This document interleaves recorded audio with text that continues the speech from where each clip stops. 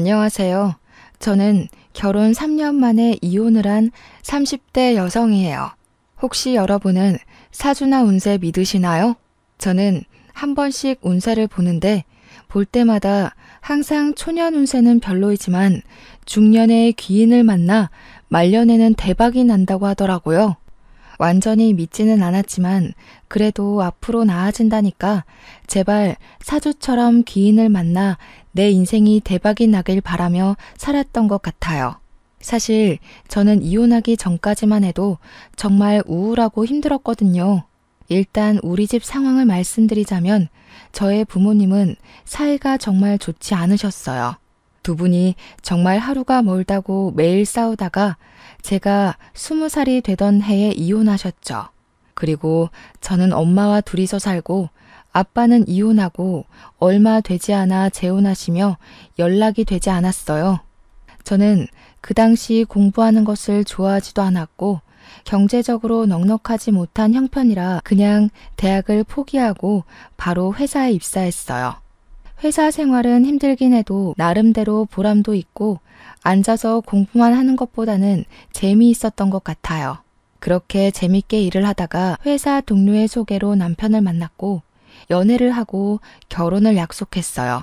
결혼식 한 달 전 식당 주방에서 오랫동안 일하시던 엄마가 몸이 이상해서 병원에 가보니 폐암 말기라는 진단을 받으셨어요. 그리고 결혼식 2주 전에 엄마는 세상을 떠나셨어요. 그렇게 저는 엄마 없이 결혼식을 올렸답니다. 눈물의 결혼식을 마치고 허니문 베이비로 바로 아기를 가졌는데 제가 다니던 회사는 야근과 특근이 정말 많았어요. 출산 휴가도 고작 3개월이 다였고 무엇보다 워킹맘을 위한 복지가 거의 없었어요. 그래서 회사 여자 선배들은 결혼하고 임신을 함과 동시에 다들 회사를 관두더라고요. 저 역시 어쩔 수 없이 회사를 관두고 집에서 제 아이 지민이를 키우며 살고 있었어요.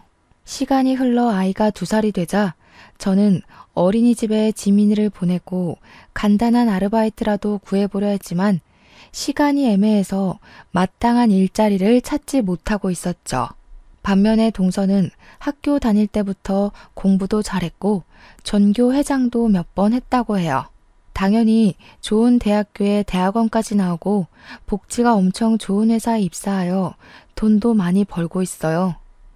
그래서인지 시댁에 다달이 용돈도 많이 드린다고 하더라고요.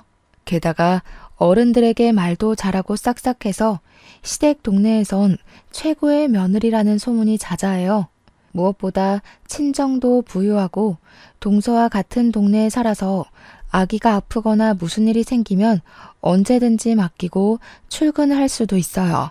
제가 봐도 이렇게 동서가 잘났는데 시어머니는 저와 동서가 얼마나 비교되겠어요.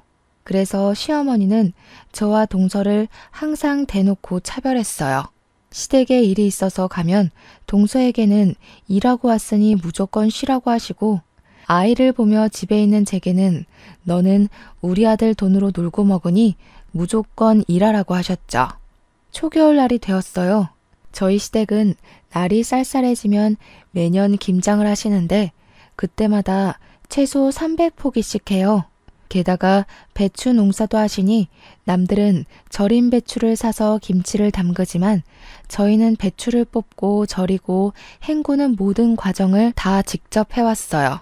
우리 시댁은 김장 전에도 할 일이 정말 많아요. 처음에는 지민이가 너무 어리고 남편과 도련님과 동서는 출근해야 하니 아무도 도와줄 사람이 없어 시부모님 2분이 배추를 뽑고 절이고 헹구셨어요. 그런데 올해부터는 지민이가 어린이집에 가니 낮에 와서 일 좀 하라고 하시는 거예요. 저는 알겠다고 하고 시댁에 갔어요. 그렇게 3일 동안 시댁에서 하루는 배추를 뽑고 하루는 소금물에 절이고 하루는 전날에 절인 배추를 헹궜어요. 그리고 양념을 버무려야 하는 날이 되었죠. 저는 이미 3일 동안 안 하던 일을 했더니 온몸이 다 쑤시더라고요. 정말 땅에서 제 몸을 잡아당기는 느낌이라 도무지 일어나지 못하겠는 거예요. 남편도 처음에는 어서 가자고 하다가 제 상태를 보고는 그냥 혼자 가겠으니 집에서 쉬라고 하더라고요. 집에서 아이를 데리고 쉬고 있는데 시어머니한테 전화가 왔어요. 너는 그깟 배추 뽑고 절이고 헹구는 게 뭐가 그리 힘들다고 젊은 애가 몸살이 났어? 약 먹고 빨리 와. 지금 할 일이 태산인데 빨리 와서 일해. 제가 아프다고 말을 해도 오늘까지만 하면 된다며 참고 오라고 성하셨어요. 그러고는 10분마다 전화해서 계속 언제 오냐고 전화를 하시더라고요. 결국 저는 아픈 몸을 이끌고 지민이를 안고 시댁에 갔어요. 저는 솔직히 그때 시댁에 가면 김장할 준비가 되어 있고 동선애와 남편이 양념을 버무르고 있을 줄 알았거든요. 그런데 아직도 시댁 마당이 깔끔한 거예요. 왜 아직 시작도 안 했냐고 묻자 다들 저 오기만을 기다렸다며 그동안 밥 먹고 커피 마시고 TV 보고 놀고 있었대요. 심지어 동서는 회사에 일이 있다며 오지도 않았더라고요.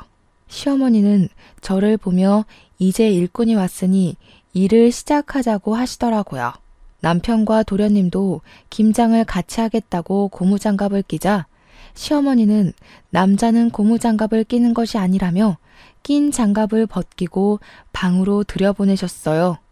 결국 저와 시어머니 둘이 김치를 버무르기 시작했죠.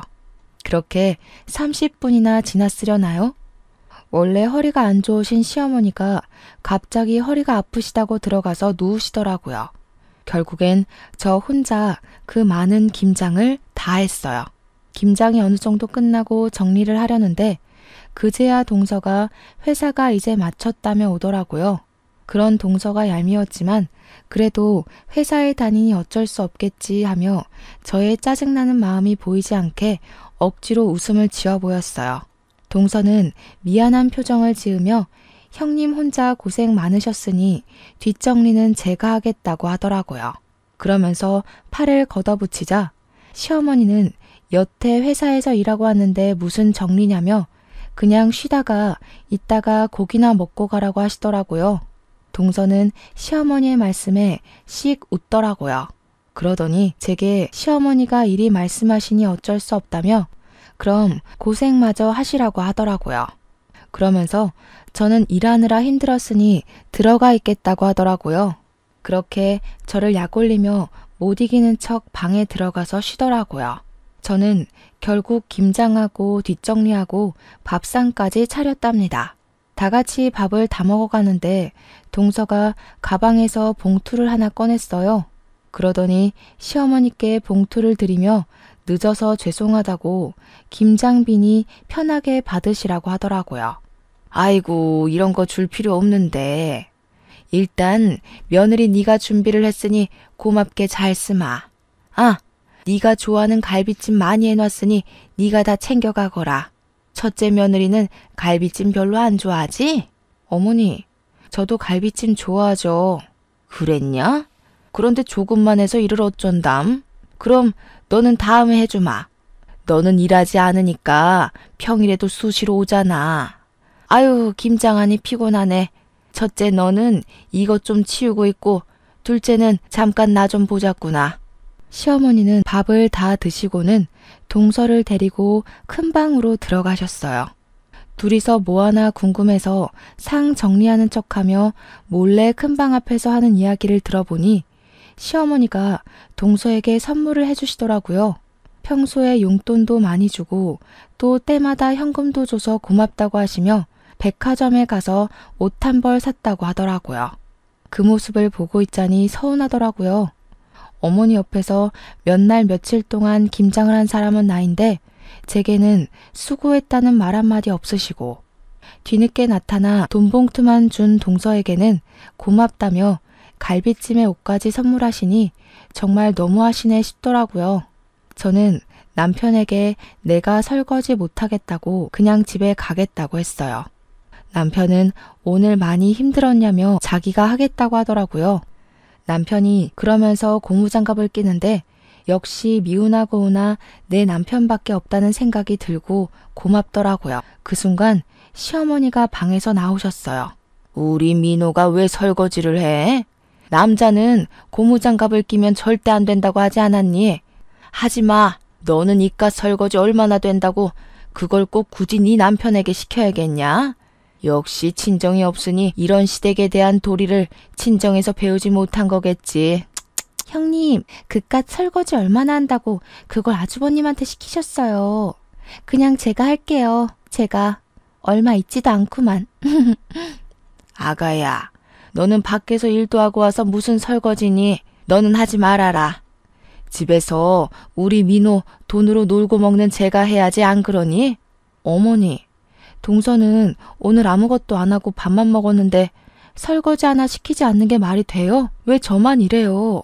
저는 너무 화가 나서 더 따져 묻고 싶었지만 그 순간 지민이가 나와 엄마랑 할머니랑 싸우냐고 묻더라고요. 아무리 그래도 지민이 앞에서 어른에게 큰 소리 내는 모습을 보이는 것은 아닌 것 같아 더는 이야기하지 않고 혼자 설거지했네요. 설거지까지 마무리 짓고 집에 와서 남편에게 솔직히 시어머니 동서와 나를 너무 차별하시는 거 아니냐고 했어요. 그러자 남편은 동서가 놀다 온 것도 아니고 일하고 왔는데 그냥 윗사람으로서 이해해주라며 저는 평일에 지민이를 보내놓고 쉴 수 있는데 동서는 평일에도 쉬지 못하고 일해야 하는데 힘들지 않겠냐고 하더라고요. 그러면서 이러한 상황들을 도련님이나 동서에게 대놓고 이야기하면 사이만 틀어진다고 그냥 제가 조금 더 고생하라고 얘기하더라고요. 남편 말을 들으니 저는 더 화가 나더라고요. 저는 남편에게 저의 솔직한 심정을 이야기했어요. 여보 말대로 나는 평일에 지민이를 보내고 쉬면 되기 때문에 시댁에서 일을 좀 더 할 수 있고 여기에 대해서는 나도 큰 불만은 없어. 그런데 시어머니며 동서며 도련님까지 모두 다 당연히 내가 나만 시댁의 모든 일을 해야 하는 사람처럼 인식하는 것이 기분이 나빠. 나는 여보랑 행복하게 살려고 결혼을 했지 당신 가족의 일꾼이 되기 위해 결혼한 게 아니란 말이야. 저의 이야기에 남편도 잠시 생각을 해보더니 제 마음을 이해하겠다며 앞으로는 절대 이런 일 없을 것이고 이러지 않도록 중간에서 잘하겠다고 하더라고요. 저는 그런 남편을 철석같이 믿었어요. 그 뒤로 시어머니가 몇 번 일이 있다고 부르셨지만 적당히 핑계대며 가지 않고 시댁과 거리를 유지한 채 나름 평화롭게 살았어요. 한 해가 지나 설이 되었어요. 시어머니는 설 전에 명절 음식을 장만해야 하니 장 보러 나오라고 하시더라고요. 장 보러 가는데 시간이 얼마나 걸리겠어 하고 가벼운 마음으로 나갔지만 한 짐 들고 집에 와서 정리하고 재료까지 손질하니 어느새 하루가 다 지나더라고요. 그리고 연휴 첫날 동서는 회사에 급한 일이 생겼다며 또 늦게 온다고 하더라고요. 남편은 전날 오랜만에 친구들을 만나 밤 늦게까지 술을 마셔서 술병이 났어요. 어쩔 수 없이 저와 시어머니 둘이서 음식 장만을 시작했는데 조금 하더니 시어머니는 또 허리가 아프시다고 누우시는 거예요. 그래서 저 혼자 전을 다 붙이고 정리까지 끝내고 이제 허리 좀 펴보려는데 동서가 늦어서 죄송하다며 오더라고요. 아이고 우리 둘째 며느리 일하느라 힘들지? 밥도 아직 못 먹었겠네. 어서 밥 먹자. 첫째 너는 정리 다 했으니 어서 밥 차려라. 어머니, 저 여태 전 부치고 정리하느라 허리를 이제야 펴네요. 지금 다리에 쥐도나고 해서 민호 씨한테 이야기할게요. 여보, 들었지? 일하는 동서 배고프다니까 상 좀 차려줘. 이거 아주 큰일 날 소리를 하는구나. 너는 있는 반찬 꺼내서 상 차리는 게 뭐가 그리 힘들다고 그러니? 민호 돈으로 놀고 먹는 애가 너도 꼭 일하는 사람한테 상을 차리게 하고 싶냐? 엄마, 지희 집에서 안 놀아. 낮에 우리 지민이 어린이집 가면 집안일하고 음식하고 얼마나 바쁜데. 저녁에는 또 지민이 돌봐야지. 그러니까 지희한테 놀고 먹는 사람이라며 뭐라고 하지 마. 집에서 자기 아이 보는 게 무슨 일이니? 집안일하는 게 일이야? 됐다. 그냥 내가 상 차리마. 허리 아파서 허리 복대를 착용하신 시어머니가 상을 펴시고 반찬을 들고 왔다 갔다 하시는데 그 모습을 보자니 마음 편히 앉아있을 수가 없겠더라고요. 그래서 결국 저도 시어머니를 도와 상을 차렸어요. 그런데 시어머니가 밥을 푸시는데 남편과 동서, 도련님에게는 따뜻한 밥을 주시고 제게는 먹다 남은 차가운 밥을 주시는 거예요. 그래서 남편에게 내 밥은 차다고 이야기를 하니 자기가 찬밥을 먹겠다고 제 밥과 자신의 밥을 바꾸더라고요. 바깥이라는 민호에게 찬밥을 왜 주니? 첫째 네가 먹어. 자고로 남자는 따뜻한 밥 먹어야지 밖에서도 일을 잘하는 거야. 어머니, 저도 어제부터 음식 장만하는 거 도와드리느라 좀 힘들어요. 저도 따뜻한 밥 먹고 싶어요. 어머, 형님, 그깟 따뜻한 밥이 뭐라고. 형님 먹는 거에 욕심이 많으신가 봐요. 저번에 갈비찜도 어머니가 저만 주셔서 기분 상해 보이시더니 그렇게 먹는 거에 욕심내면 살쪄요. 동서, 그게 할 소리야? 반대로 네가 내 상황이면 넌 기분 좋겠어? 에이, 왜들 그러셔. 엄마, 그냥 내가 찬밥 먹을게. 나 원래 뜨거운 거 잘 못 먹어서 찬밥에 국 말아 먹는 거 좋아해. 첫째, 너는 집에서 남편한테 맨날 찬밥만 주니? 얘 원래 따뜻한 밥만 먹었던 앤데 너랑 결혼하더니 왜 찬밥을 찾니? 바깥일하는 남편 좀 챙겨라. 그리고 우리 둘째야, 너는 일하다 와서 힘드니 신경 쓰지 말고 어서 먹으렴. 네가 좋아하는 갈비찜 많이 해놨으니 다 챙겨가고. 하다 이제 먹을 것을 가지고 차별하시는 시어머니가 너무 미웠어요. 여기서 제가 저 찬밥을 먹는다면 저는 그냥 찬밥을 먹어도 되는, 대접해주지 않아도 되는 사람이 되는 것만 같았죠. 손님처럼 대접은 바라지도 않아요. 그냥 아들과 평생을 함께하는 반려자로 인정해 주시기만 하면 좋겠는데 시어머니는 항상 저를 대놓고 무시하셨죠. 한결같이 저를 무시해온 시어머니, 그리고 그 옆에서 약 올리는 동서의 행동에 너무 화가 난 저는 그 자리에서 일어나 찬밥을 음식물 쓰레기통에 넣어버렸어요. 그리고 집에 가려고 짐을 다 챙기고 아이를 안았어요. 너 지금 뭐 하는 짓이냐? 감히 시어미가 준 밥을 쓰레기통에 던져?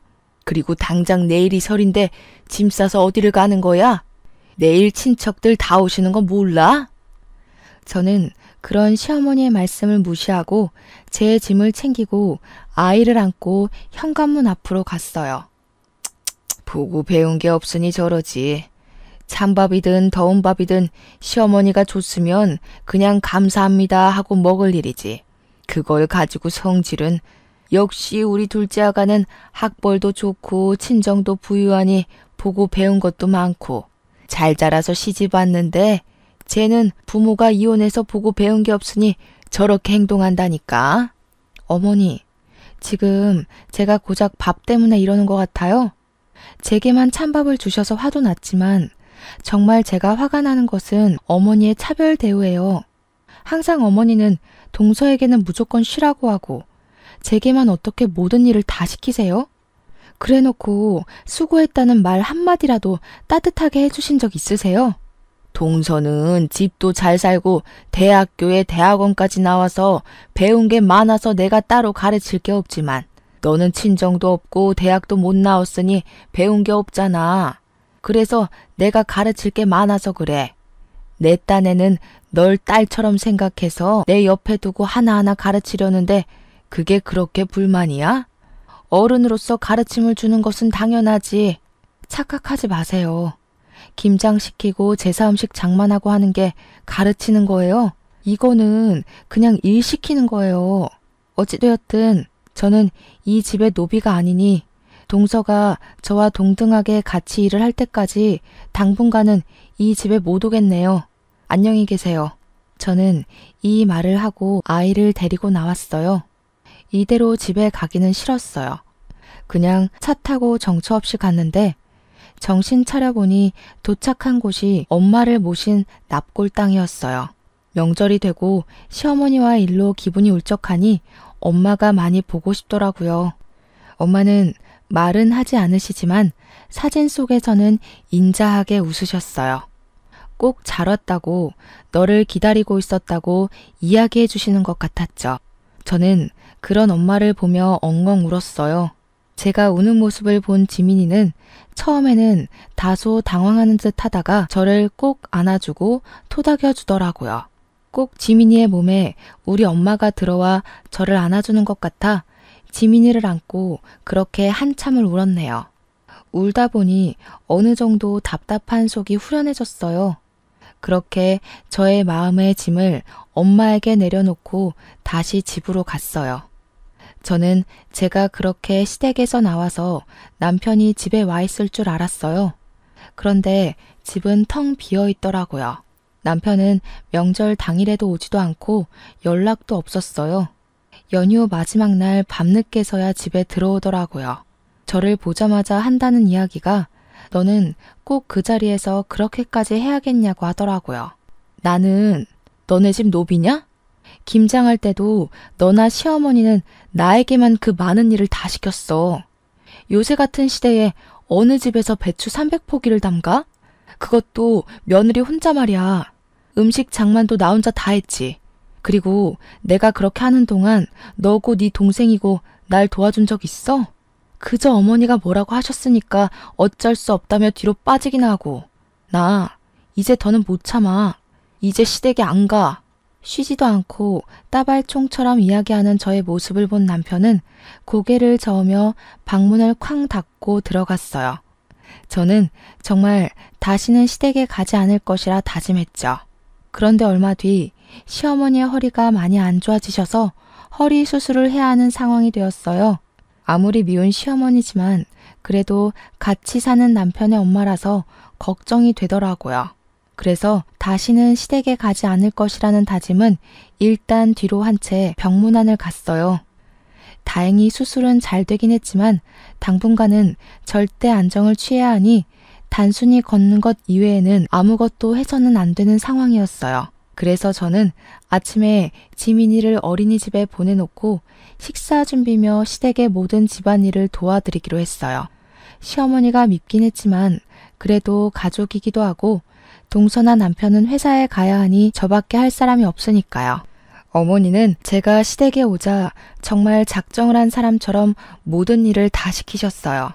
때에 맞춰 식사 준비, 화장실 청소, 집안 대청소는 당연하고 설치하고 한 번도 닦지 않은 것처럼 기름때가 찐득찐득한 가스레인지 후드 청소, 냉장고 정리, 부엌 서랍 정리 등 모든 일을 다 시키셨어요. 시키시고 그냥 가만히 계시면 좋을 텐데 꼭 시키시고는 옆에 쫓아다니시며 이거는 이랬네 저랬네 하시며 잔소리를 하셨어요. 그뿐만이 아니라 시키신 일 중에 뭐 하나라도 제대로 되지 않으면 너는 이깟 집안일 하나 제대로 못하냐며 엄청나게 구박하셨어요. 그러면서 말끝마다 역시 친정이 못 사니 대학도 못 가고 배운 게 없어서 저런다며 저러니 애가 시간이 있어도 알바를 구하지 못한다며 또 뭐라고 하시더라고요. 이렇게 잔소리와 구박을 들으며 첫째 날이 흘렀어요. 다음 날, 전날 때 빼고 광내서 청소를 싹 했으니 오늘은 그냥 식사만 차려드리면 되겠다 싶어 갔는데 이번에는 제가 결혼하고 나서 한 번도 정리하지 않았던 창고를 정리해야 한다며 창고 정리를 시키시는 거예요. 창고를 정리하는데도 옆에 서서 잔소리하시고 구박하시고 제가 말을 잘 못 알아들으면 욕까지 하시는데 정말 아무리 허리가 아프신 시어머니라 해도 못 참겠더라고요. 그래서 그날은 퇴근하고 온 남편을 붙잡고 시어머니가 이렇게까지 청소를 시키시며 구박에 막말에 욕설까지 하셨다고 했어요. 그랬더니 남편은 제 말을 믿지 못하겠으니 녹음을 해놓으라고 하더라고요. 그래서 다음날 저는 핸드폰 녹음기를 켜고 시댁에 갔어요. 너 왜 이렇게 늦게 와? 아프고 늙은 시모 굶겨 죽일 참이야? 나쁜 년. 그리고 옷은 그 청바지가 뭐냐? 청바지 입고 어떻게 일할 거야? 너네 엄마는 시댁에 어떤 옷을 입고 가야 하는지 그런 것도 안 가르치고 죽었다니? 도대체가 내가 어디부터 어디까지 너한테 알려줘야 하는 거야? 일단 밥이나 차려. 밥 차리고 오늘은 저온 창고 싹 다 정리해라. 시어머니는 저를 보자마자 왜 이리 늦게 왔냐고 하시며 돌아가신 엄마까지 들먹이시며 뭐라고 하시는데 정말 화가 났지만 녹음 중이라 참았어요. 밥을 다 드시고 나서는 설거지를 하라고 하시고 설거지 하는데도 옆에 딱 붙으셔서 주방 세제를 너무 많이 쓴다고 뭐라고 하시고 따뜻한 물로 하면 보일러세 많이 나온다고 찬물로 하라고 하시고 손이 느려서 굼뜨다고 뭐라고 하시더라고요. 그러고서는 저에게 음식들이 저장된 저온 창고를 정리하라고 하셨어요. 그곳에는 정말 언제 넣어놨는지도 모르는 음식들이 가득했고 곰팡이 핀 음식들도 있었어요. 저는 모든 음식을 다 꺼내서 하나씩 확인하며 먹을 수 있는 음식은 다시 넣고 먹지 못하는 음식은 버렸어요. 열심히 하고 있는데 또 오셔서 제가 하는 행동 하나하나를 감시하시며 구박도 하시고 욕도 하시더라고요. 그러다가 제가 시어머니의 말을 잘못 알아들으면 멍청하다고 등도 때리시고 꿀밤도 때리시고 하셨어요. 중간중간에 그냥 가버리고 싶었지만 일단은 참고 녹음을 다 완료한 후에 고무장갑을 던지고 아무 말 없이 그냥 집에 왔어요. 집에 와서 온종일 녹음한 내용을 남편에게 들려주었어요. 제가 인격 모독을 당하고 욕을 듣고 딱 하고 맞는 소리가 들리는데도 남편은 몸이 좋지 않으셔서 예민해져서 그런 거고 힘없는 우리 어머니가 때려봤자 얼마나 아프겠냐고 그냥 넓은 마음으로 참아달라고 하더라고요. 저는 그런 이야기를 하는 남편에게 역시 가재는 개편이라며 세상에 믿을 만한 인간 하나도 없다고 하고 방에 들어갔네요. 다음 날 3일 연속 시댁에서 일했더니 온몸이 다 아프더라고요. 지민이를 어린이집에 보내놓고 쉬고 있는데 모르는 번호로 전화가 왔어요. 받아보니 옛날에 이혼해서 연락이 끊겼던 아빠였어요.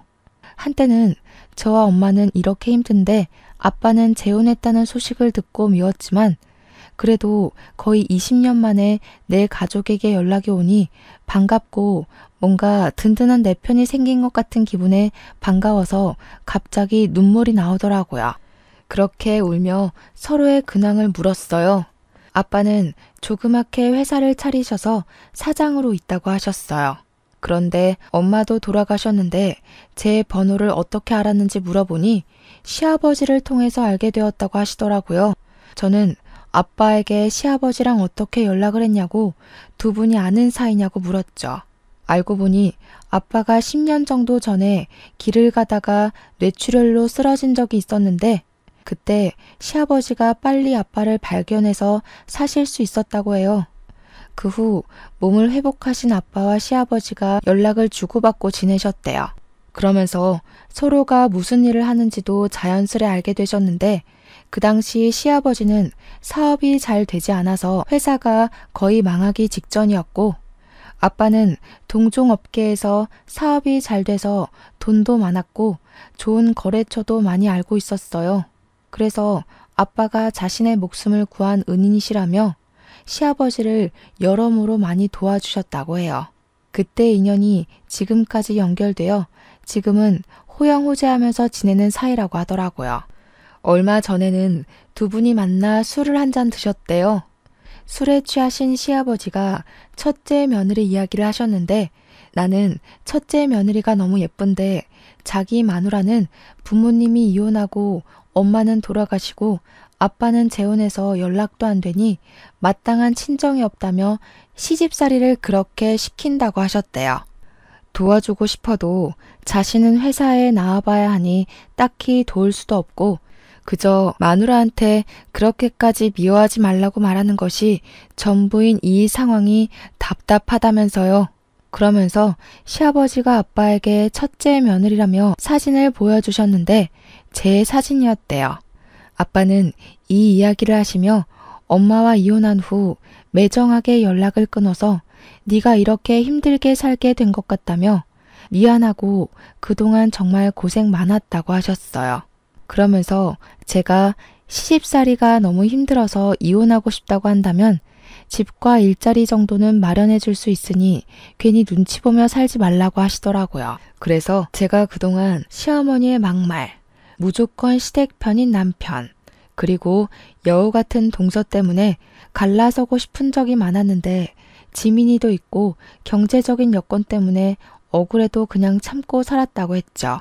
그랬더니 아빠는 일단 사돈에게 인사를 해야겠다며 인사하러 갈 수 있게 날짜 좀 잡아달라고 하시더라고요.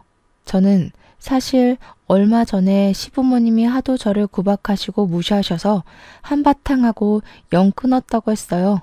아빠는 그래도 사돈한테 인사는 드려야 하는 것이 도리니 꼭 날짜를 잡아서 알려달라고 하셨어요.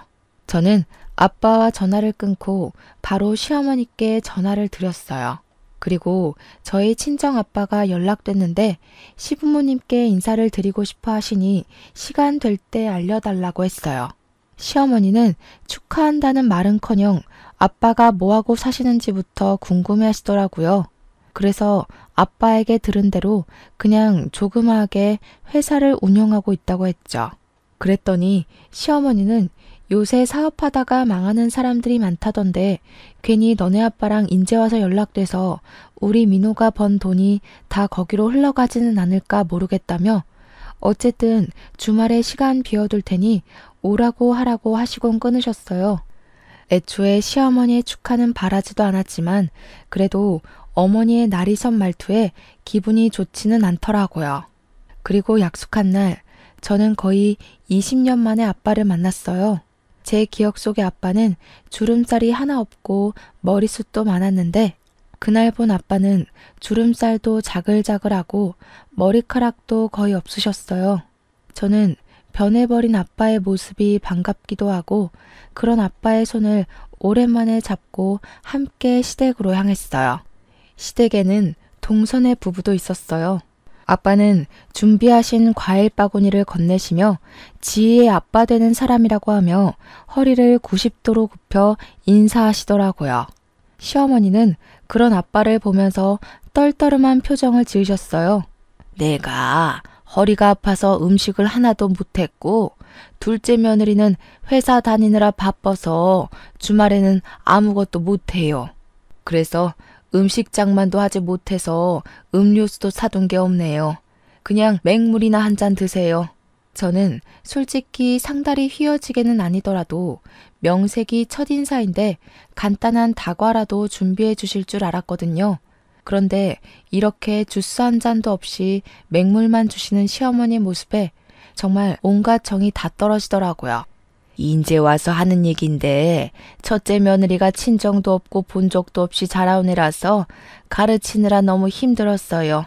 우리 둘째 아가는 친정도 부유하고 학벌도 좋아서 가르칠 것이 하나도 없는데 말이죠. 그래도 첫째 며느리를 딸처럼 생각해서 많이 가르쳤네요. 네, 딸처럼 생각해 주셨다니 감사하네요. 말씀대로 그동안 제 딸이 잘못 배웠으니 이제라도 제가 하나씩 가르치려고 합니다. 일단 돈 관리하는 것부터 가르쳐야 할 것 같아서 딸에게 건물 하나 주려고요.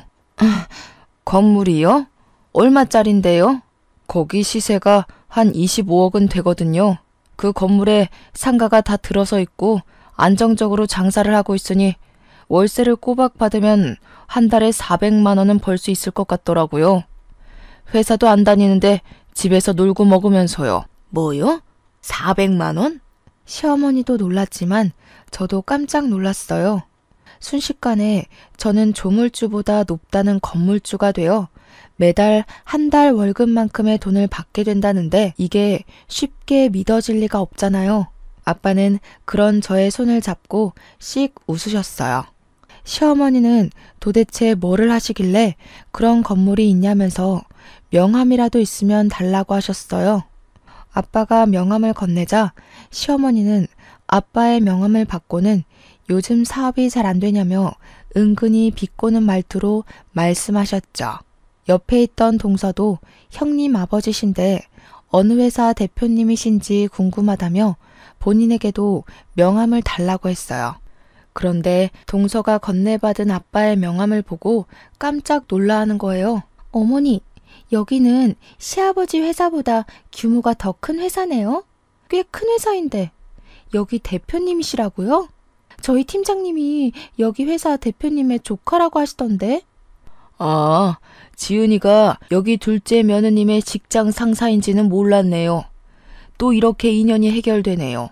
시어머니는 그렇게 좋은 회사의 대표가 첫째 며느리의 아빠였냐며 재차 확인하시고는 다시 한번 놀라셨어요.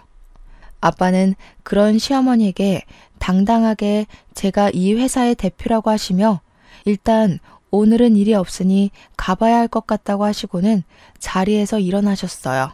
저는 아빠를 보내드리고 다시 시댁으로 왔어요.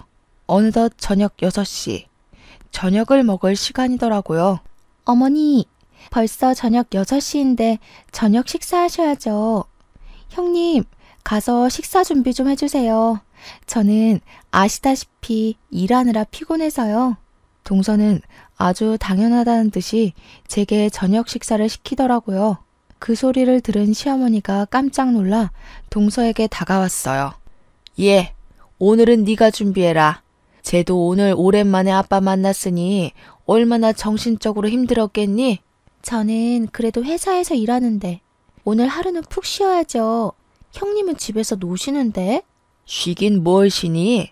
젊어서 고생은 사서도 한다고 했다. 네가 밥 차리고 첫째 아가는 잠깐 나 좀 보자. 할 말이 있다.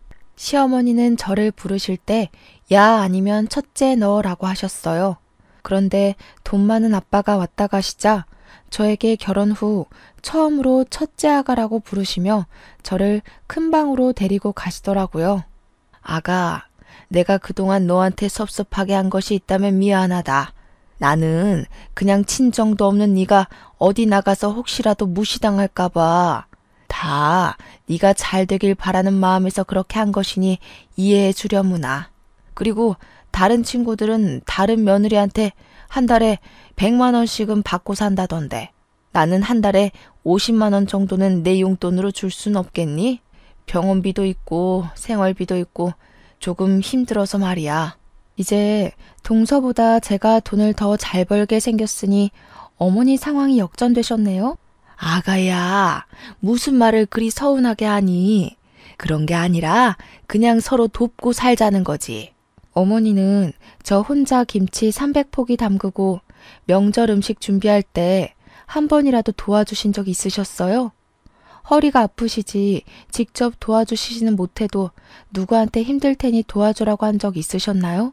그러기는커녕 아무 일 못하게 하시고 저 혼자만 일 다 시켜놓고는 인제 와서 서로 돕고 도와주는 척 하시는 건가요? 시어머니는 저의 말에 아무 대답도 못하고 그저 당황해만 하셨어요. 어머니, 저는 어머니의 말씀대로 본 것도 없이 자라서 서로 도우며 사는 거 뭔지 잘 모르겠네요. 저는 이 말을 남기고 거실로 나갔어요. 부엌에 가보니 동서는 입술이 삐죽 나와서 저녁 준비를 하고 있더라고요. 저는 그동안 얄밉게 말하는 동서에게도 한마디 했어요. 동서, 아직도 그것밖에 못 차렸어? 빨리빨리 움직여. 이러다가 내일 밥 먹겠어. 하긴 뭐 네가 회사를 한답시고 집안일을 해봤어야 알지. 형님, 지금 돈 많은 아빠 있다고 유세 떠는 거예요? 너도 그동안 회사 다녀서 돈 번다고 유세 부렸는데 나는 그러면 안 된다니? 그리고 어머니, 용돈은요? 용돈은 학벌 좋고 친정도 부유한 동서한테 받으세요. 전 이혼하겠습니다. 더는 이 집에 노비처럼 못 살겠어요. 노비라니. 나는 너를 맹세코 단 한 번도 그리 생각한 적 없다. 정말 딸처럼 생각했어. 딸처럼 생각하셔서 찬밥 주시고 먹는 거로 차별하시고 맨날 저에게만 그렇게 일을 시키셨어요. 무슨 말이 안 되는 소리를 하셔야죠. 저희 갈라서겠습니다. 여보, 왜 그래? 그게 무슨 소리야? 이혼이라니. 우리 다시 잘해보자. 이제 장인어른도 계시고 혼자 어디를 가려고. 장인어른? 너 이제 이혼해서 마누라도 없는데 네가 장인어른이 어딨니? 그리고 내가 우리 아이 챙겨서 갈 거야. 나갈 때 있으니까 내 걱정은 말고. 저는 그렇게 지민이를 안고 그 집을 나왔어요. 남편과 시어머니는 갑작스러운 저의 이혼 선언에 황당해하며 저를 붙잡았지만 이미 마음이 확고해진 저는 미련 없이 그 집을 떠났어요. 그리고 아빠가 마련해 주신 새로운 보금자리로 갔어요. 다음 날 저는 근처 신경정신과에서 시댁의 스트레스로 인해 정신적인 피해를 보았다는 처방전을 끊었어요. 그리고 이혼 서류를 작성해서 처방전과 함께 시댁에 퀵으로 보냈죠. 잠시 후 시어머니한테 전화가 오더라고요. 무슨 이혼 서류야? 정말 이혼할 거야? 네, 어머니. 저 이제 그 집에서 더는 노비 생활 못해요. 이혼하겠어요. 이제 둘째한테도 일 시키고 할게. 우리 아들들한테도 일 시킬게. 그러니까 제발 마음 풀고 같이 살자. 저 지민이는 혼자 어떻게 키우려고 그래. 제 걱정하는 척 하지 마세요. 제가 알아서 아주 멋지게 잘 키울 거예요. 어머니가 이렇게 부탁하셔도 저는 이미 마음 정했고 이혼할 겁니다, 반드시. 그깟 일 조금 시켰다고 이혼이 어디 쉽게 될 것 같아? 어머니 허리 아프셨을 때 막말하셨던 거 제가 다 녹음했고요. 지금 병원에서 시댁 스트레스로 인해 정신적으로 피해받았다는 내용의 처방전까지 받았어요. 그리고 아빠 회사에 법무팀 팀장님과 친한 변호사가 이혼소송 전문 변호사래요. 그래서 이혼해주지 않으시면 그곳에서 이혼소송 진행하려고요. 시어머니는 저의 확고한 대답에 살아생전 너같이 독한 년은 처음이라며 온갖 욕설을 퍼붓고는 끊으셨어요. 이어서 남편에게도 전화가 오더라고요. 네가 원한다면 나 우리 가족과 영 끊고 살게. 그러니 제발 이혼은 하지 말자. 같이 살자. 너 내가 그렇게 시댁에서 호되게 당할 때 너는 항상 너네 엄마 도련님 동서 편만 들었어. 그런 네가 잘도 그러겠다. 됐고 이제 이혼이야. 차마 행복하게 잘 살라는 말은 못 해주겠다. 이혼 서류 잘 작성해서 내일 법원 앞으로 와라. 안 오면 소송할 거야. 저는 이렇게 남편과 이혼을 했어요. 이혼 후 저는 지민이와 함께 살며 아빠의 회사에 취직했어요. 아빠의 회사는 원래 블라인드 면접으로 사람을 채용하는 곳이라 제 학벌이 낮아도 전혀 문제가 되지 않았어요. 게다가 회사의 복지가 정말 좋아서 사내 어린이집이 정말 잘 되어 있더라고요. 제가 퇴근할 때까지 마음 놓고 지민이를 맡길 수가 있었죠. 저는 지금도 충분히 행복했고 아빠라는 존재가 있는 것 자체만으로도 너무 감사했어요. 그래도 아빠는 유일한 핏줄인 제게 회사를 물려주고 싶다면서 공부를 하라고 하시더라고요. 아빠의 강권에 다시 공부도 시작했어요. 워낙 공부에 재능이 없던 저이지만 그동안 학벌이 낮다고 무시하던 전 시모의 얼굴을 생각하며 내가 꼭 잘 돼서 복수한다는 마음으로 눈에 불을 켜고 공부하고 있네요. 결혼 후 제게 전혀 도움이 되지 않는 사람이라 여겼는데 이렇게 제게 도움을 주기는 하네요. 이렇게 저는 아빠의 회사에 다니며 일도 하고 공부도 하고 지민이도 잘 키우면서 행복하고 바쁘게 살아가고 있네요. 그리고 최근에 아빠의 조카 제게는 사촌 언니를 만났어요. 이 사촌 언니가 이전에 동서가 말했던 회사의 팀장님이시더라고요. 그런데 동서가 회사에서도 그렇게 여우짓을 하고 사람들 사이에서 이간질했대요. 그리고 명절 전날과 같이 시댁에 가야 하는 날만 되면 회사에서 아무도 요구하지 않는데도 스스로 야근에 특근하며 늦게 갔다고 하더라고요. 안 그래도 사촌 언니가 얄밉다고 생각하며 뭐 하나 건수만 생기면 가만 안 둔다고 벼르고 있었는데 제 소식 다 듣고 엄청나게 갈궜대요. 그래서 지금은 회사에 사표 내고 백수가 되었네요. 그리고 예전에 저처럼 맨날 시댁에 불려가서 일한다고 하더라고요. 그 소식을 들으니 얼마나 통쾌하던져. 전 남편은 아이에게 아빠를 보여줘야 하니 한 달에 한 번씩은 보고 있어요. 전 남편은 그때마다 다시 합치자고 하지만 솔직히 제가 뭐가 아쉬워서 합쳐요. 월급 잘 나오죠? 아빠 덕에 건물주가 되어서 상가 월세도 적지 않게 나오죠. 게다가 회사의 복지도 좋아서 지민이 걱정 없이 마음 편히 일도 할 수 있는데요. 지금 사는 집도 크지는 않지만 대출도 없고 저와 지민이 둘이서 살기 딱 적당하거든요. 남편이 그런 소리 할 때마다 저는 너희 엄마와 너 동서 생각만 해도 치가 떨리니까 헛소리 짓거리지 말라고 한마디 하네요. 제가 사주를 볼 때마다 중년의 귀인을 만나 말년에는 대박이 난다던데 제 인생의 귀인이 바로 아빠였나 봐요. 아빠를 만난 뒤로 모든 고민 걱정거리가 다 해결되고 요새는 지민이와 함께 즐겁고 바쁘게 살고 있네요. 정말 이게 꿈인가 싶을 정도로요. 지나온 날들을 돌이켜보면 결혼 전에도 결혼 후에도 정말 많이 힘들었던 것 같아요. 그래도 귀인을 만나 이제는 행복에 이르렀으니 이 행복이 쉽게 꺼지지 않고 평생 유지될 수 있도록 노력하며 살아야겠다는 생각이 드네요.